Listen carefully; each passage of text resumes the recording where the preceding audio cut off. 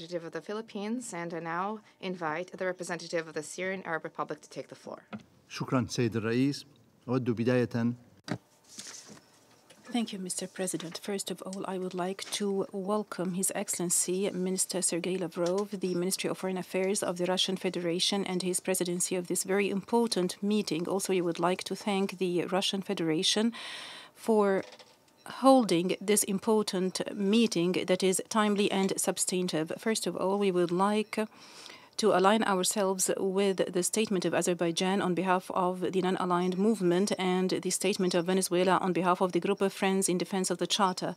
Mr. President,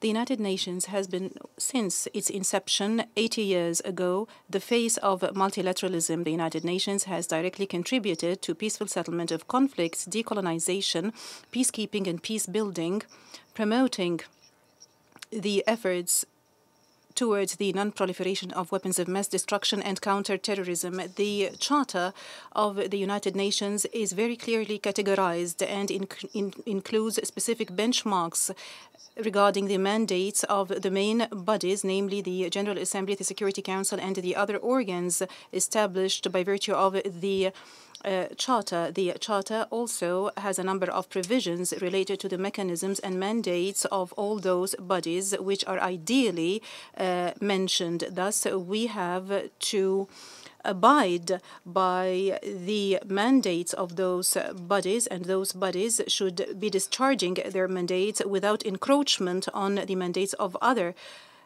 organs and without exceeding their mandate. This also should avoid any chaos or competition amongst those bodies, whether at the level of decision-making or even crisis management and management of international conflicts.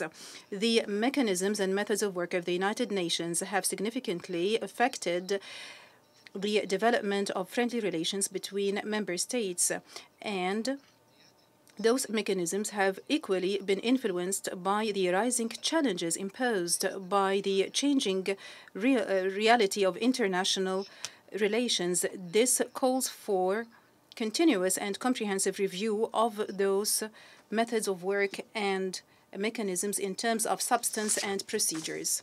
The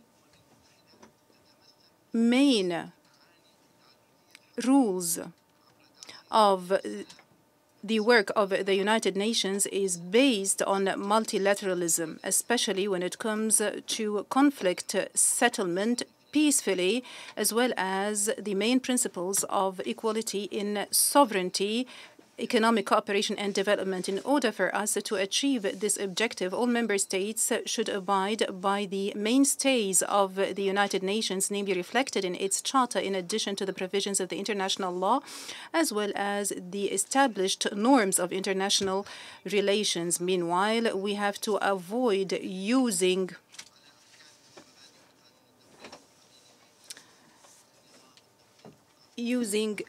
methods or using terminology that are not consensual, especially the term of rules-based system. The development and improvement of the work of the main bodies of the United Nations requires more objectivity and wise planning as regards the items on the agenda of those organs. Recently, the General Assembly has witnessed a remarkable increase in the number of items on its agenda, and there is an unprecedented increase in the number of unconsensual resolutions, and in many cases, a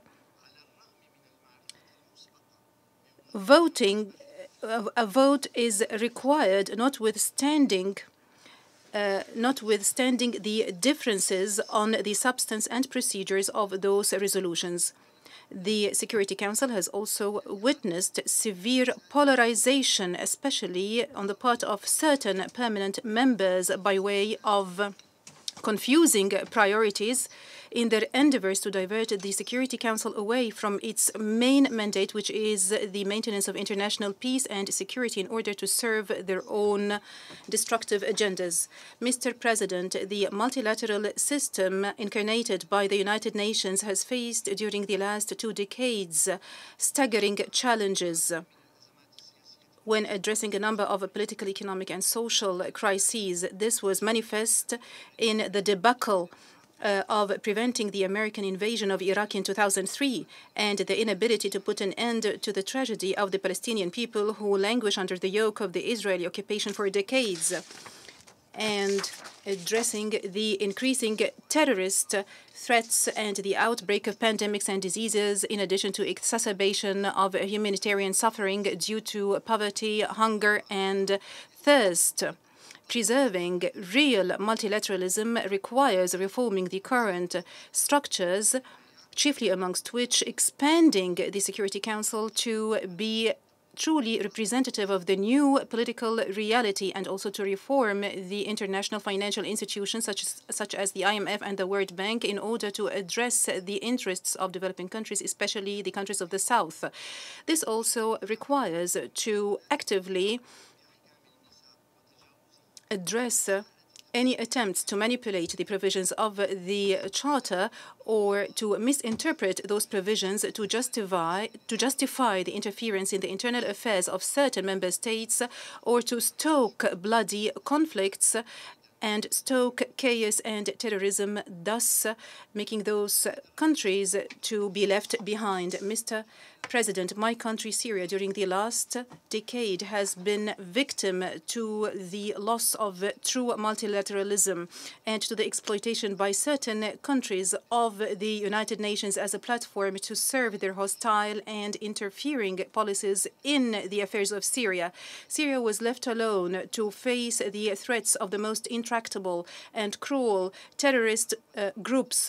Its resources and wealth have been pillaged by certain foreign forces that are illegally present on the territories of Syria, not to mention the exacerbating humanitarian suffering due to unilateral compulsory measures that are totally illegal, inhumane, and immoral that are imposed by the United States and the European Union, and which have adversely affected all the aspects of life and caused millions of displaced persons and refugees. All the foregoing are staggering and egregious violations of the principles and purposes of the Charter of the United Nations. In conclusion, I would like to reiterate that today we do need more than any time before to review the methods of work of the United Nations and to guarantee the promotion of true multilateralism based on the Charter by upholding the purposes and principles of the Charter and by achieving the objectives that were aspired to by the founding fathers of the United Nations, together with upholding and promoting the efficiency and efficacy of the United Nations